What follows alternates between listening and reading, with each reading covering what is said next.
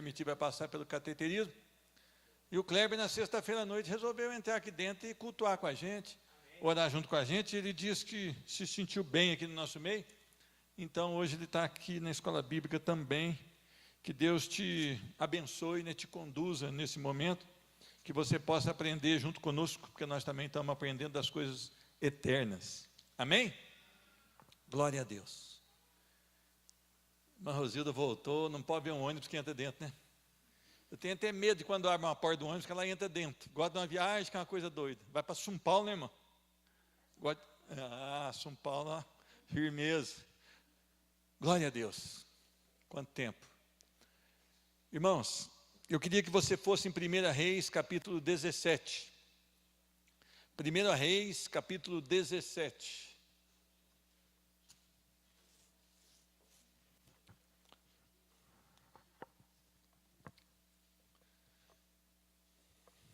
Primeira Reis, capítulo 17.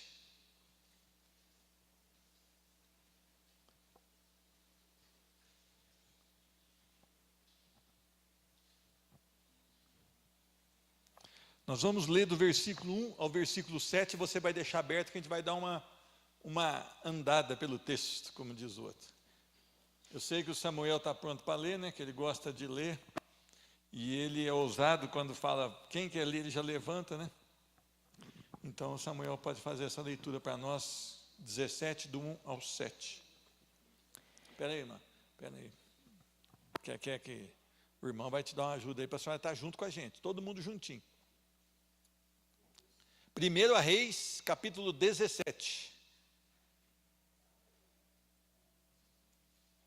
Para a gente estar todo no mesmo tempo, um esperando o outro, para a gente estar junto. Isso. Amém. Glória a Deus.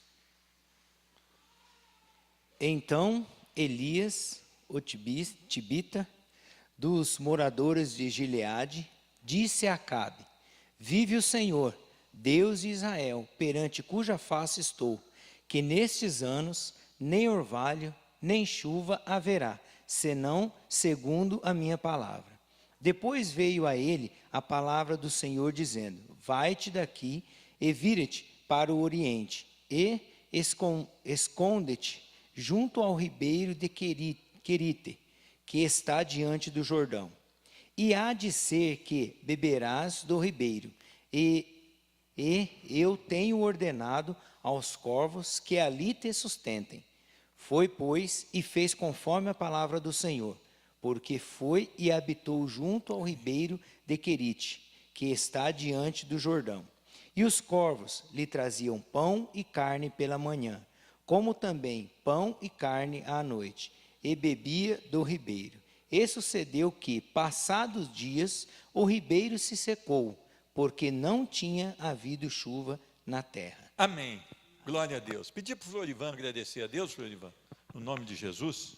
Graças te damos, Senhor, nesta manhã de novembro, dia 4 de novembro do ano 2018, onde até aqui a tua mão tem nos conduzido. Viemos te louvar, glorificar e exaltar teu santo nome, e pela tua santa e bendita palavra nesta manhã, possamos estar aprendendo, Senhor, entendendo da tua palavra, Senhor, e que tenhamos o temor no nosso coração. Abençoa os nossos irmãos que aqui não puderam estar, a tua igreja sobre a face da terra, livra-a do mal, e que tenhamos o temor no coração. Amém. Em nome do Senhor Jesus Cristo. Amém. Glória a Deus.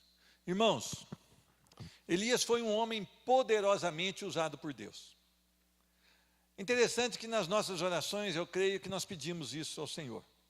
Nós não queremos ser um religioso que entra num templo para adorar e vai embora. Nós não queremos ter uma vida em Cristo Jesus resumida a isso. Aliás, quem só vai à igreja nem tem uma vida em Cristo Jesus. Ele vai cumprir um ritual. Nós temos que ser a igreja do Senhor. As pessoas têm que olhar para nós e dizer: ali vai um homem de Deus, ali vai uma mulher de Deus, ali vai um servo, ali vai um homem usado por Deus.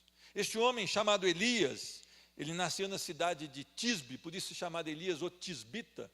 E é interessante que esse homem, ele entra em cena aqui no capítulo 17 de 1 Reis. Não há nada falando dele antes. É interessante que esse homem também, ele andava com umas roupas da moda, né? Ele vestia-se de quê? Igual de João Batista. Pele de animais. E qual que era a comida dele? Mel e gafanhoto. Certo ou não? Se fosse pastor Gerson, precisava de música gafanhoto, né, pastor Gerson? Para pegar e fazer um pratão mesmo, né? Mas é interessante que esse homem não tinha luxo na vida dele. Não tinha nada que você falasse assim, olha, aqui há um homem grande. Não. Um homem que aparece num contexto difícil, para confrontar um rei mau, que se deixou desviar por sua mulher por caminhos tortuosos. Ele tinha que confrontar justo um rei. É interessante que hoje, um rei, você vê lá o rei da Inglaterra, aquela coisa toda, você vê que o rei é calmo, tranquilo. Você pode até falar contra o rei, parece que não acontece muita coisa, talvez uma investigação. Mas naquele tempo, se você falasse contra um rei, se você ameaçasse um rei, ou se você desse uma notícia que o rei não gostasse, ele já pedia a tua cabeça na hora, já mandava te matar na hora. E é interessante que nós queremos ser homens usados por Deus, poderosamente usados por Deus. Nós queremos exercer o nosso ministério, e que o nosso ministério avance, que o nosso ministério seja um ministério ousado, e um ministério que vai realmente impactar vidas. Mas imagina se você tivesse essa primeira missão. Então Elias, tesbita dos moradores de Gileade, disse a Acabe, o rei: tão certo como vive o Senhor, Deus de Israel, perante cuja face estou, nem orvalho, nem chuva haverá nestes anos, segundo a minha palavra. Um homem que começa o seu ministério aqui, confrontando um rei e dizendo: rei, não cairá chuva e nem orvalho durante anos. Meus irmãos, interessante que a primeira ação de Elias foi confrontar o rei. Nós hoje, nós estamos com tanto medo de confrontar as pessoas, que nós não temos falado a verdade que Jesus Cristo é o Senhor para as pessoas. Nós não temos falado o problema de não servir a Jesus Cristo às pessoas. Nós temos tentado ser camaleões onde andamos. Nós temos tentado uma mensagem que vá trazer simpatia no coração do ouvinte. Não é essa a proposta de Deus para a sua vida e nem para a minha. Meus irmãos, um homem desconhecido como Elias, de uma família desconhecida, ele inicia seu ministério confrontando o rei, trazendo uma mensagem de juízo da parte de Deus. Se a gente fosse lá em Levítico ou Deuteronômio, o que é? Se vocês me desobedecerem, eu tirarei a chuva da terra. Correto ou não? Elias está aqui hoje para trazer uma mensagem de juízo. Eu tenho confrontado muito essa igreja aqui para parar com aquela pregaçãozinha barata. Jesus te ama e tem um plano na sua vida. Para com isso. Jesus ama? Sim. Sim. Mas Jesus é um Jesus de ira também. Você crê, você é salvo. Se você não crê, você já está condenado. Nós precisamos mandar a verdade para o povo. Nós precisamos ter uma mensagem ousada. Nós precisamos parar de falar para as pessoas que está tudo bem quando não está tudo bem. O nosso país hoje é um país conhecido por corrupção. E não porque um povo teme a Deus. Diz que o nosso país tem 80% de cristãos. Mas nós não vemos Cristo nesses 80% de cristãos. Nós vemos religiosos, homens e mulheres que entram dentro de um templo, mas que têm uma vida totalmente diferente da de Cristo Jesus. Então nós precisamos parar de mandar notícia falsa para o povo. Que Deus ama é uma verdade. Mas que Deus odeia o pecado e o pecador também é uma verdade. Irmão, Deus ama, como é que é? Deus ama o pecador e odeia o pecado. Não. Salmo 5,5 diz que Deus se ira todos os dias contra o pecador. Então nós temos que colocar a mensagem correta. Nós precisamos parar de agradar as pessoas, mentindo para as pessoas. Olha que maravilha. Elias entrega uma mensagem para o homem mais poderoso, que era um adorador de quê? Baal.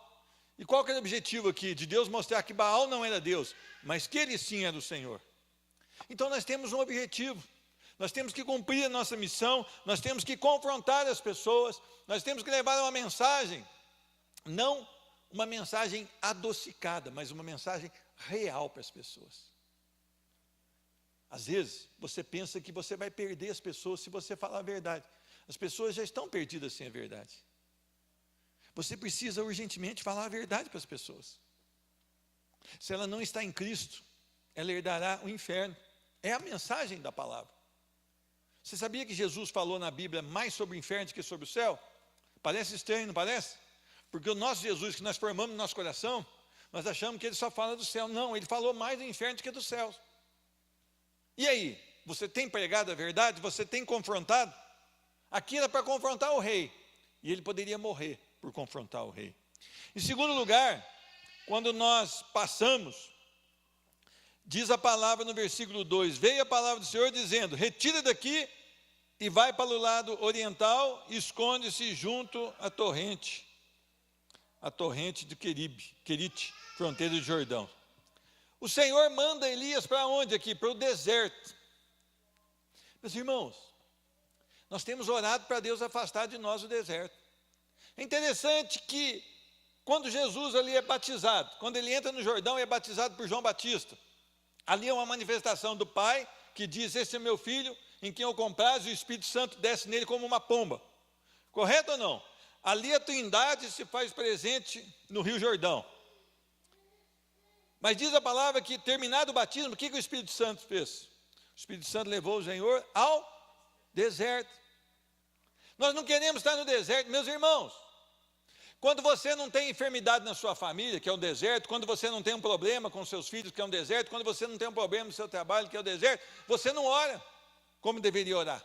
Você não tem uma vida de dependência de Deus. Quando as coisas começam a dar errado na nossa vida, aí nós buscamos a Deus. Aí nós começamos a querer as coisas de Deus. O Senhor, então, ele leva esse homem para o deserto. E ele diz, eu te sustentarei lá. É interessante, quando as pessoas dizem a oração do Pai Nosso. Eu não gosto muito de ter a repetição da oração do Pai Nosso. Eu creio que ali é um modelo de oração para nós entendermos como funciona uma oração. Eu não gosto da repetição. Mas é interessante que ela diz, o pão nosso de cada dia nos dá hoje. Sabe o que o Senhor está dizendo para nós ali? Eu vou te sustentar a cada dia, você precisa crer nisso. Você precisa crer. Eu tenho uma dificuldade nisso, gente. Eu tenho apanhado nisso, porque muitas vezes eu não confio na provisão diária do Senhor. Talvez ocorra com você também. Agora o Senhor manda Elias. Elias anuncia o juízo de Deus para o rei. Depois ele sabe que haveria 3 anos e meio. Aí ele é levado ao deserto e Deus o sustenta de que maneira? Milagrosa. Vamos ver aqui. Os corvos, versículo 6. Os corvos lhe traziam pela manhã pão e carne, como também pão e carne ao anoitecer. E ele bebia da torrente do Querite. Deus não deixou faltar nada que era essencial para a vida de Elias. Às vezes as pessoas querem ir numa igreja neopentecostal e dar lá um salário para ganhar 10 salários. Isso é negociata com o Senhor. Isso é tentar negociar. Essas igrejas que falam, olha, vem aqui, a tua vida vai melhorar, é uma igreja fraudulenta. Não é a verdadeira igreja. A verdadeira igreja tem que estar de acordo com a palavra de Deus. Essas igrejas que fazem aqui, põe o dinheiro na fogueira santa, compra aqui a rosa ungida, compra aqui o perfume de não sei quem, compra aqui o cajado de Moisés, de Arão, compra aqui tudo. Essa igreja não é a igreja do Senhor Jesus Cristo. A igreja do Senhor Jesus Cristo, ela caminha pela fé. O Senhor dá ordem, vai. Ele não está vendo o sustento do Senhor, mas ele crê na promessa, o Senhor vai te sustentar. Meus irmãos, a palavra do Senhor lá em Mateus capítulo 6, é interessante que ela mostra os passarinhos, pouco valor comparado com o ser humano. Eles não conseguem plantar e nem conseguem colher, mas diz que o Senhor os sustenta. Depois o Senhor Jesus, ele leva o pensamento do homem aos lírios do campo. Olha que maravilha. Olhai os lírios do campo, eles não fiam nem tecem, mas nem Salomão, em toda a sua glória, se vestiu como um deles. Quer dizer que as roupas mais caras de Salomão não podem ser comparadas com a beleza e a essência de um pequeno lírio do vale, do campo. Então é para nós não preocuparmos com o que temos que vestir. Por quê? Há uma palavra para nós: não andeis ansiosos. Busquem em primeiro lugar o reino de Deus e a sua justiça, e todas as demais coisas serão acrescentadas. O que são essas todas? As coisas que nós necessitamos para o cotidiano. Certo? Então, o básico, o necessário, Deus há de dar, se nós o quê? Confiarmos, deixarmos de ser ansiosos. Se nós nos prostrarmos diante de um Deus santo, puro e amoroso, e dependermos somente dele. Meus irmãos, nós já passamos o que o Kleber está passando. O senhor Manel aqui, há muito tempo atrás, fez angioplastia, dois estentes. Nós já passamos as sentenças médicas que era assim: não há mais o que fazer. Sabe o que é bom quando você recebe uma sentença dessa? Não estou torcendo para que você a receba, não, por favor. Nem eu quero receber de volta. Mas quando você recebe uma sentença assim, que o médico diz: olha, nós fizemos tudo, agora é só Deus. É a melhor sentença que você pode receber, porque você vai depender de Deus. Você vai parar de depender de homens. Você vai parar de depender de recursos. Aí você vai para o joelho. E você se prostra diante desse Deus. E você clama para que esse Deus faça um milagre na sua vida. Então, nós precisamos entender. Elias estava no deserto, sendo tratado por quem? Pelos corvos? Por Deus, que comanda os corvos. Gente, corvo come o quê? Carniça. Você acha que o corvo vai entregar uma carninha gostosa para o Elias? Ele ia comer a carne e não entregar para Elias. Mas havia acima dos corvos alguém que coordena todas as coisas. Alguém que a sua palavra jamais pode ser frustrada. Alguém que basta a sua palavra e tudo acontece. Como disse o nosso irmão Samuel, acho que foi ele mesmo, aquele, na sua oração, aquele que chama a existência aquilo que não existe. Deus não precisou de uma partícula de poeira para fazer o mundo. Deus não precisou de uma gota d'água para fazer o universo. Ele chamou a existência pela sua palavra. Tudo que nós enxergamos aqui hoje. Haja luz, haja separação das águas, haja isso. Tudo. Tudo. Ele pode. A sua palavra ninguém pode resistir.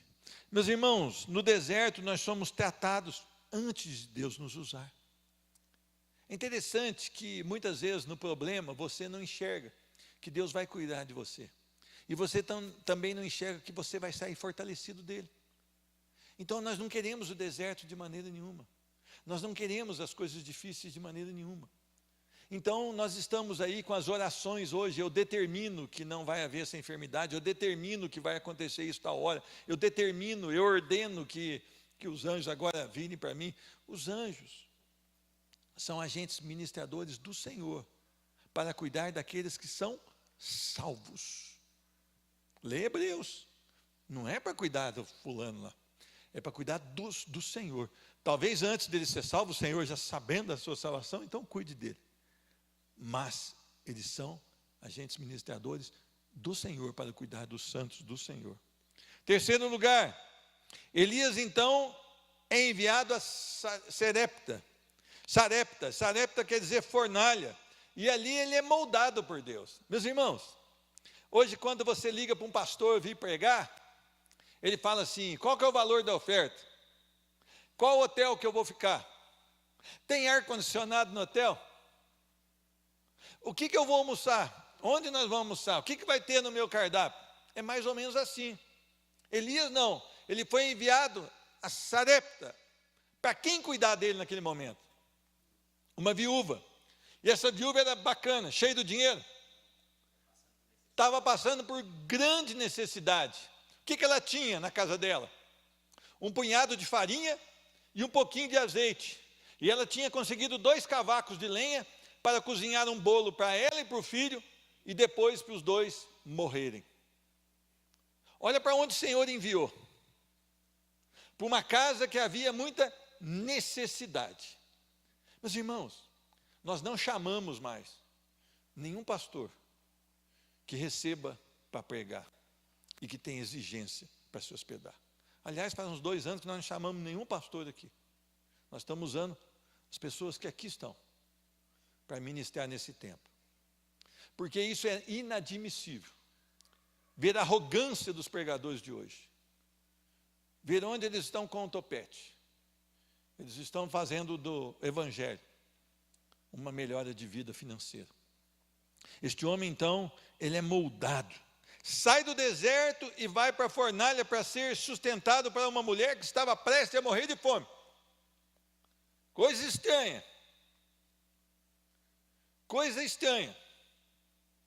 Quando nós começamos o projeto aqui, nós não falamos para ninguém o projeto da Casa de Apoio, nós não falamos para ninguém. Interessante que não sei quem ficou sabendo lá no hospital e passou para o Conselho de Pastores. O Conselho de Pastores pôs lá 1000 parabéns, fizeram oferta de vir aqui dar recurso, coisa, nós nunca pedimos.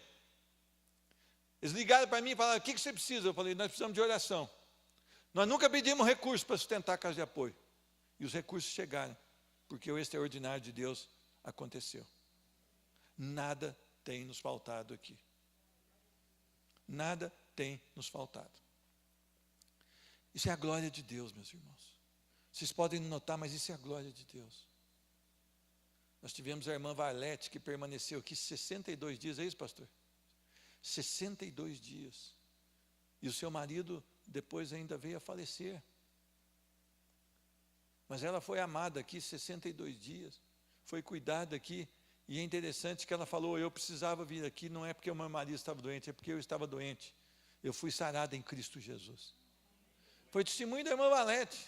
Não foi esse pastora, não foi? Eu estava doente. Eu pensei que era por causa do meu marido, mas Deus me enviou aqui, porque eu precisava de um encontro real. Eu estou na igreja há tanto tempo, mas não tinha um encontro real com Cristo Jesus. Aí as pessoas falam, mas cadê as multidões? Não, foi uma pessoa aqui durante 62 dias e Deus operou o milagre sobrenatural. Não da cura física, porque seu marido faleceu, mas de uma alma que vive e vive para a eternidade. Glória a Deus por isso. Meus irmãos, é interessante que foi na fornalha que Elias foi forjado, antes de ser usado. Meus irmãos, Deus vai te pôr na fornalha para te forjar o caráter. É no fogo que se forja a peça. É no fogo é que você acerta a peça. É no fogo que você depura o ouro. Que você tira as impurezas do ouro. E é interessante que nós queremos uma vida sem problemas. Gente, vocês não sabem da maior. Tem pessoas que me procuram e falam, eu estou procurando uma igreja que eu sinta feliz. Eu falo, irmão, provavelmente não vai ser aqui. Eu queria que você viesse aqui, porque Deus te enviou para estar aqui, mas para você ser feliz por ser usado por Ele, e talvez morrer pregando o Evangelho. Não é para você se sentir bem. Nós não estamos aqui para nos sentir bem. Nós estamos aqui para ser moldados, ter o caráter moldado e sair e avançar com o reino de Deus. É para isso que nós estamos aqui. Então é interessante que ele sai de uma fonte que secou, o ribeiro secou, e ele é enviado para uma mulher que não tinha recurso. E lá Deus manda ele dizer para a mulher, esse bolo você não vai fazer para o seu filho nem para você, você vai fazer para mim, e Deus vai te abençoar. Ela faz o bolo, ela obedece e faz o bolo para ele. E diz a palavra que a farinha e o azeite mantiveram-se firmes na casa dessa mulher. Essa mulher, pela fé, ela deu tudo que ela tinha. Olha que maravilha. Ela deu porque ela creu na palavra. E é interessante que, passado algum tempo, o filho dessa mulher morre. E essa mulher fica totalmente transtornada. E Elias, então, faz uma oração ousada. Senhor, o que está acontecendo? Essa mulher perdeu tudo que ela tinha. Diz que a palavra que ele deita 3 vezes em cima do filho dela e pede para o Senhor trazer a alma desse menino de volta, o espírito desse menino de volta, e esse menino torna a viver, e ele devolve o menino para a mulher, e a mulher diz: bem sei que tu és um homem de Deus. Meus irmãos, você quer que a sua oração seja ouvida por Deus e pessoas sejam ressuscitadas, mas você não quer ir para o deserto, você não quer confrontar o rei Acabe, e você não quer também passar pela fornalha. Esse é o nosso erro. Nós queremos ser usados pelo Senhor da maneira que nós queremos. Muitas vezes você diz: o meu ministério é esse. As pessoas chegam assim e falam: irmão, eu quero congregar aqui, mas o meu ministério é esse. Eu falo: vai dar errado. Vai dar errado. Está pensando, você está lá, tem um prédio construindo lá, tem um prédio. Então o engenheiro está lá administrando, o mestre de obra está lá organizando tudo. Você chega no prédio e falou: aqui, ó, eu quero trabalhar nesse prédio, mas eu quero fazer isto. Vai dar certo isso? Eu tenho que chegar no prédio e falar: aqui há uma construção, eu preciso de um trabalho. O que eu posso fazer aqui? Como eu posso contribuir? Aí o engenheiro vai aprovar, o mestre de obra vai falar: eu quero te usar ali, que está faltando é ali, para dobrar ferro, para fazer armação de viga. Ah, não, isso eu não quero, eu quero trabalhar no guindaste lá. É assim na obra do Senhor muitas vezes, mas não é assim que o Senhor usa os homens. Ele manda para onde Ele quer, e Ele molda. Meus irmãos, Ele multiplicou o azeite e a farinha da viúva, certo? E Ele trouxe à vida o filho da viúva que estava morto. Elias viu isso aí. Esses milagres, certo? Foram maravilhosos na vida de Elias. Quarto, Elias agora é levado no Monte Carmelo. Elias vai confrontar os profetas de Baal. Havia uma mulher de Acabe chamada Jezabel, uma adoradora de Baal. Ela veio das regiões de adoração a Baal. Eu esqueci o nome da região agora. Mas essa mulher era terrível. Essa mulher fez com que Acabe cada vez mais fosse se afundando no pecado. Por isso que eu falo que Acabe é um homem banana, né? E a Jezabel é uma mulher demoníaca. Mas um homem banana se deixa levar. O homem que não administra o lar, ele se deixa levar, ué. E aí vai dando errado as coisas. Olha aqui no capítulo 18, versículo 10. Deixa eu ver aqui, eu acho que eu errei aqui, peraí. Capítulo 18, versículo 20. Então enviou Acabe mensageiros a todos os filhos de Israel e ajuntou os profetas no Monte Carmelo. Então Elias se chegou a todo o povo e disse: até quando cocheareis entre dois pensamentos? Se o Senhor é Deus, segui-o. Se Baal é, seguia Baal. Porém o povo nada lhe respondeu. Então disse Elias ao povo: só eu fiquei dos profetas do Senhor, e os profetas de Baal são 450 homens. Deem-se, pois, 2 novilhos, escolham para ele um novilho, e dividindo-o em pedaços, o ponham sobre a lenha, porém não lhe metam fogo. Eu prepararei outro novilho e o porei sobre a lenha, e não lhe meterei fogo. Então invocai o nome de Deus, do vosso Deus, e eu invocarei o nome do Senhor. E há de ser que o Deus que responder por fogo, esse é que é Deus. E todo o povo respondeu: boa é esta palavra. Então é o seguinte: pegaram 2 novilhos. Os profetas de Baal mataram o novilho, esquartejaram o novilho e puseram em cima do altar deles lá. E passaram a manhã toda implorando para que Baal mandasse fogo para consumir o holocausto. E nada. Elias até tirou, vai ver que ele está no banheiro, vai ver que ele viajou, vai ver que ele está dormindo, grita mais alto. Diz que ele até se flagelava. Nada.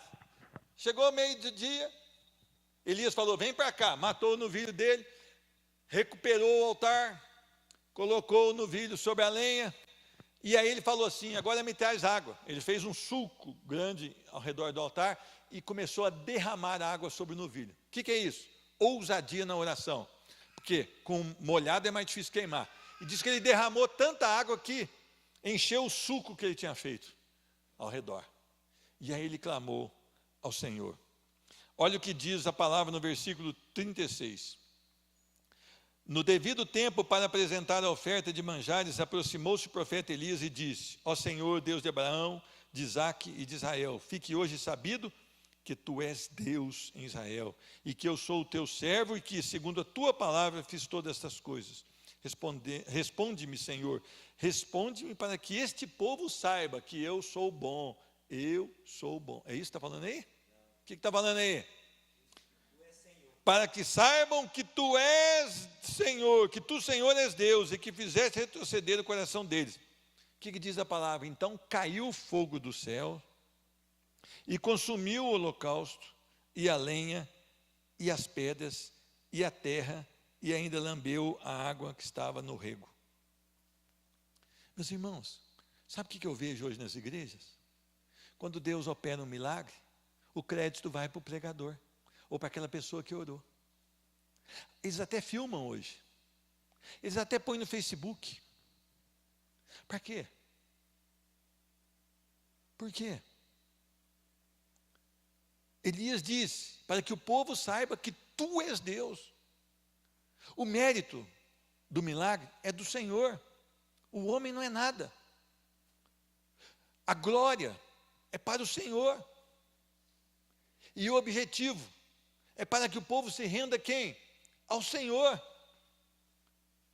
Então nós temos um problema aí hoje. Pastores, eles dão a camisa suada para as pessoas, dão um lenço suado. As pessoas guardam objetos de pastores e põem quadro dentro das casas. Por quê? Porque a glória não foi para o Senhor, a glória foi para esse tal pastor. Esse é um grande erro que nós temos visto na igreja evangélica de hoje. É um erro que nós temos que estar na palavra para poder refugar isso aí. Nós não podemos, ou melhor, refutar isso aí. Nós temos que mandar isso para longe de nós. Toda honra, toda glória, toda adoração deve ser dada ao Senhor e não ao homem. Nós não somos nada, nós somos pó. A única diferença que nós temos é que temos a graça do Senhor sobre nós. Isso nos dá a garantia de vida eterna. Mas nessa vida aqui, não deve ter adoração a nós, homens, mas ao Senhor. Somente ao Senhor seja dado glória. Interessante que Elias foi preparado, quanto tempo então? Porque agora vai chover. Quanto tempo que Elias foi preparado? Passou pelo deserto, passou por Sarepta, 3 anos e meio. Ah, irmão, eu converti, eu já quero pregar, me dá um púlpito, me dá isso, me dá aquilo outro, que eu já quero fazer as coisas. Ah, eu cheguei na igreja e já quero fazer tudo. Por quê? Elias foi trabalhado durante 3 anos e meio, mesmo sendo já um profeta do Senhor. Sabe o que aconteceu com esse milagre? 39. O que vendo todo o povo caiu de rosto em terra. Humilhação. E disse o quê? O Senhor é Deus. O Senhor é Deus. E aí Elias disse, lançai mão aos profetas de Baal. Levou à beira do rio e matou os 450. Por quê? Juízo de Deus sobre aqueles homens. Não é que Deus é ruim, Deus é justo.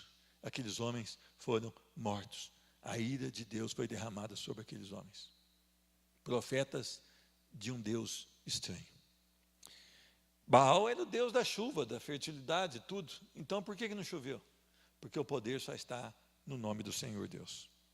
Meus irmãos, agora Elias vai lutar com Deus para que chova. 41. Então disse Elias a Acabe, sobe, come e bebe, porque já se ouve ruído de abundante chuva. Não tinha nenhuma nuvem, mas este homem era usado por Deus. Subiu Acabe a comer e a beber. Elias, porém, subiu ao cimo do Carmelo, encurvado para a terra, meteu o rosto entre os joelhos e disse ao seu moço, sobe e olha para o lado do mar. Ele subiu, olhou e disse, não há nada. Então lhe disse Elias, volta, e assim por 7 vezes. A 7ª vez disse, eis que se levanta no mar uma nuvem pequena como a palma de mão de homem. Então disse ele, sobe e diz a Acabe, aparelha o teu carro e desce, para que a chuva não te detenha. Este homem se prostrou na presença do Senhor e falou, Senhor, desce a chuva. Manda a chuva aqui, Senhor Deus. É interessante que o moço dele foi lá e confirmou que não havia nada. Nada, nenhuma nuvem. E quando ele faz isso por 7 vezes, porque era um projeto de Deus que ele fizesse, ele viu uma nuvem do tamanho da palma de uma mão. Elias, servo do Senhor, conhecendo o coração do Senhor, sabendo pela fé que o Senhor responderia a oração, disse: fala para Acabe correr, senão a chuva vai pegar ele. Olha que maravilha. Este homem tinha fé no nome do Senhor. Nós estamos vivendo pelas circunstâncias, nós deveríamos viver pela fé. A igreja de hoje, ela vive por números. O trabalho está bom porque tem 1000 pessoas. O trabalho está ruim porque tem 10 pessoas. Vive por circunstância, por números. Ela vive por palavra de homens. Nós devíamos viver pela palavra de Deus. Fé na palavra de Deus. Dependência totalmente no Senhor. É interessante que chove e a mulher de Acabe agora diz: amanhã, nesse mesmo horário, a cabeça de Elias não estará sobre o seu pescoço. Elias então é ameaçado, diz a palavra que ele vai, deixa o seu moço e vai, esconde-se debaixo de um zimbro e fica ali deprimido e pede para ele a morte. 19:4. Ele mesmo, porém, se foi ao deserto, caminho de um dia, e veio e se assentou debaixo de um zimbro e pediu para si a morte, e disse: basta, toma agora, ó Senhor, a minha alma, pois não sou melhor do que os meus pais.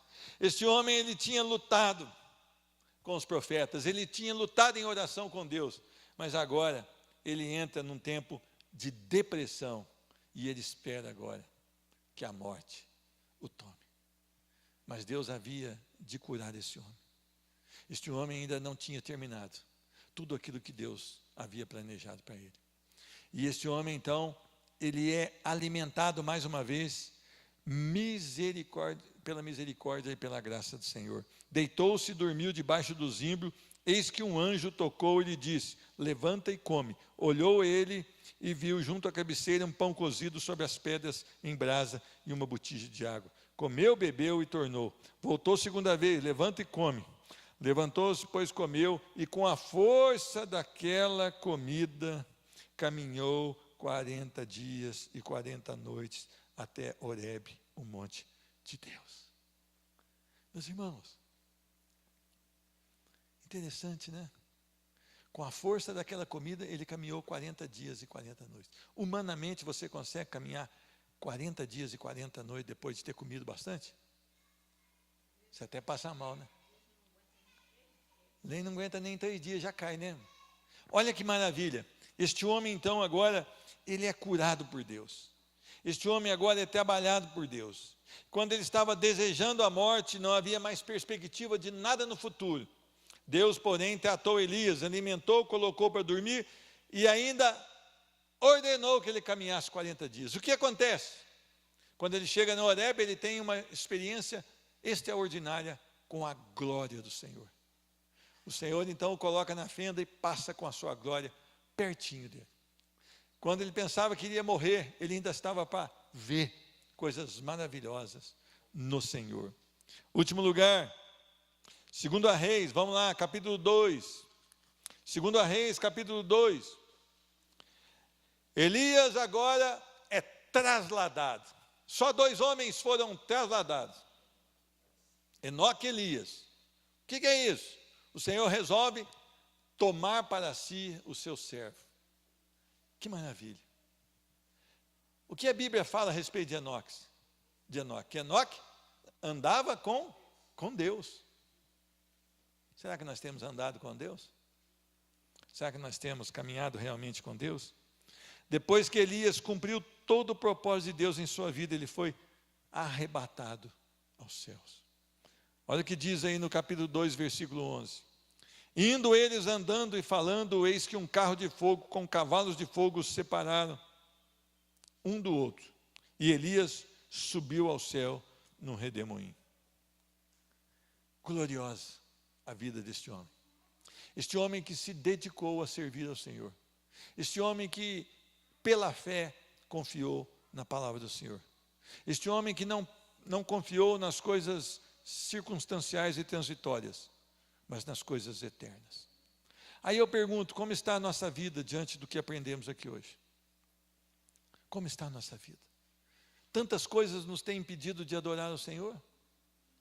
Nós achamos difícil muitas vezes ir num culto de adoração, nós achamos difícil ajoelhar e orar por um pouco tempo, nós achamos difícil querer estudar da palavra de Deus. Nós achamos tudo difícil. Como é que queremos ter uma vida substancial com Deus? Jamais teremos dessa maneira. É preciso que nós nos prostemos. É preciso que haja dependência. Meu irmão, eu vou falar uma coisa aqui que vocês vão concordar comigo. Para vir num culto, a pessoa encontra 10 justificativas para não vir, desculpa. Mas para ir numa festa, para ir num lugar que ela gosta, para ir num passeio, ela faz tudo certinho e vai. Será que é essa geração que vai avançar com o Evangelho da Graça? Será que essa é a geração que vai dar certo? Essa geração está dando errado até agora. Não há nenhum interesse pelas coisas de Deus. As pessoas, elas dizem, olha, se acontecer isso na minha vida, eu vou passar a frequentar a escola bíblica. Se eu tiver isso, eu vou passar a ir no culto de sexta-feira. Se eu tiver isso, eu vou passar a ir na oração. Tudo acontece, ela não aparece do mesmo jeito. É porque ainda não teve um quebrantamento. É porque ainda não teve uma revelação real de quem é o Deus poderoso. Meus irmãos, se Deus é tudo isso que nós falamos aqui hoje, por que a nossa vida de cristão é tão murcha, tão apagada? Por que somos servos tão negligentes, omissos? Por quê? Está aí uma questão para você e eu pensarmos, no nome de Jesus. Amém? Alguém quer falar alguma coisa? Alguém quer colaborar com alguma palavra? Não entendeu alguma coisa ou não concordou? Não? As crianças vão falar aqui, né, mãe? Então vem as crianças aqui pedir para a Sandra dar o foco nelas lá.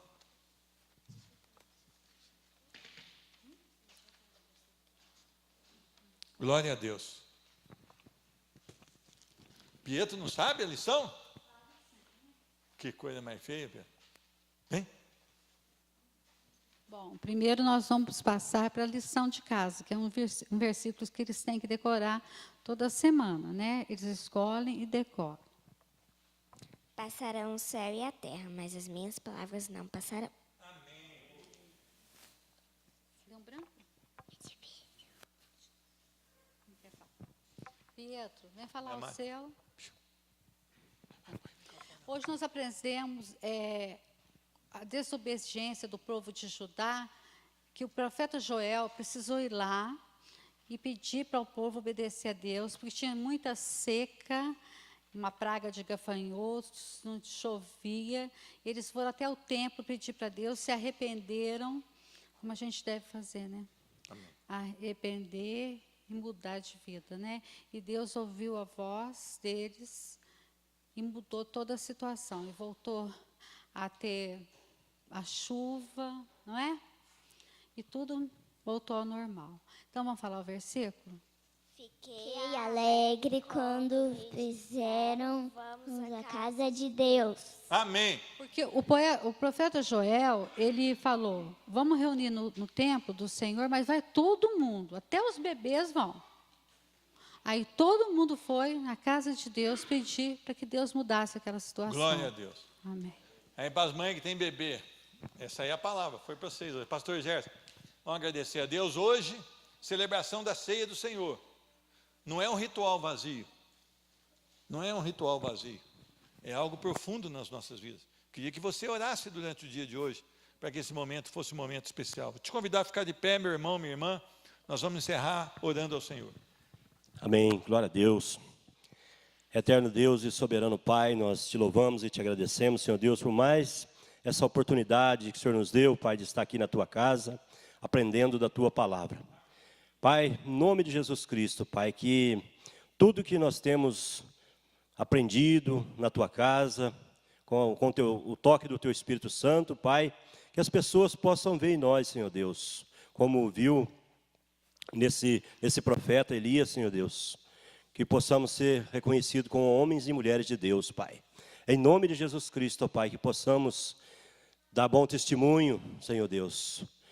Homens de fé, Senhor Deus, crer na tua palavra, querido Deus, obedecer a tua palavra, em nome de Jesus, Pai. Esse é o desejo do nosso coração, Pai, que a tua igreja siga, Senhor Deus, os mandamentos do Senhor, os caminhos do Senhor, Pai, em nome de Jesus Cristo, ó Deus. Nós entregamos todo esse dia na tua presença, já te agradecemos, ó Pai, pelo renovo que o Senhor nos fez nessa manhã, e entregamos esse restante desse dia na Tua presença, Pai. Esperando no Senhor, Pai, se o Senhor permitir, nessa noite, estaremos novamente aqui, Pai, com a Tua permissão, participando, Pai querido, da Santa Ceia do Senhor. Que o Senhor toca mesmo com o Teu Espírito Santo, Pai, em cada membro, em cada visitante, Senhor Deus. Que sejam todos visitados pelo Senhor, Pai, e que seja enchido mesmo, Pai, com um desejo ardente de estar aqui nessa noite, Senhor Deus, ou toda a Tua igreja, Pai Celestial, nesse dia, nessa noite, Pai querido, que possa, Senhor Deus, estar sendo tocado mesmo pelo Teu Espírito Santo, Pai. Um povo que Te adora, um povo que Te ama, Senhor Deus, verdadeiramente, Pai. Em nome de Jesus Cristo, Pai. Oramos e Te agradecemos em nome de Jesus. Amém.